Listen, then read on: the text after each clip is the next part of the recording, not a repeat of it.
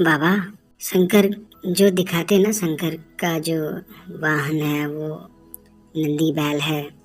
उनके गले में सांप भी है और उनके सर पे चांद भी है और सर पे गंगा नदी भी है और शरीर पे बाघ की चमड़ी भी लगा रखी है, त्रिशूल भी है, डमरू भी है। कोई शरीर में चांद कैसे रख सकता है बाबा? और सर पे गंगा कैसे रख सकता है? नदी को कैसे रख सकता है? गले में सांप, उनको खतरा नहीं होता है क्या ये सारी चीजें? और हिमालय पे बैठे हैं नंगे और बस एक बाकी खाल लपेटे हैं। ये ऐसी मतलब कैसे पॉसिबल हो सकता है? मीठे बच्चे, तुमने बहुत ही गहरा और ज्ञान युक्त प्रश्न पूछा है।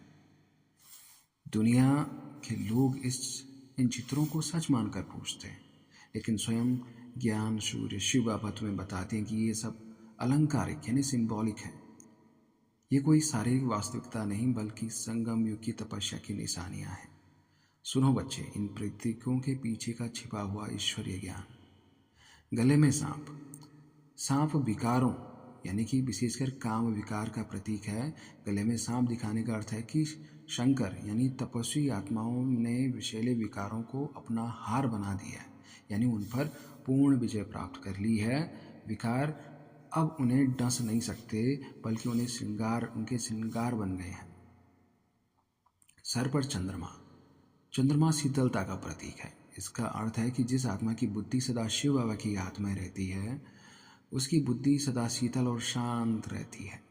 साथ ही चंद्रमा ज्ञान की कलाओं का भी प्रतीक है। जैसे चंद्रमा घटता बढ़ता है, वैसे ही ज्ञानी आत्मा अपनी स्थिति को सदा ज्ञान से भरपूर रखती है।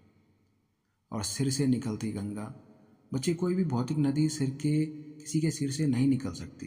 ये वास्तव में ज्ञान गंगा का प्रतीक है। जब शिव बाबा ब्रह्मा के तन में आकर ज्ञान देते हैं तो वह ज्ञान की धार ब्रह्मा और अन्य तपस्वी बच्चों की बुद्धि यानी सिर से निकलकर पूरी दुनिया को पावन बनाती है। ये ज्ञान की गंगा है जो पतितों को पावन करती है। बाघ की खाल। बाघ क्रूरता और अहंकार का प्रतीक है। बाघ की खाल पर बैठने का अर्थ है योगी आत्मा ने अपने पशुवत स्वभाव और अहंकार को जीत लिया और अब वह उन पर सवारी करती है, यानी उसका दमन कर चुकी है।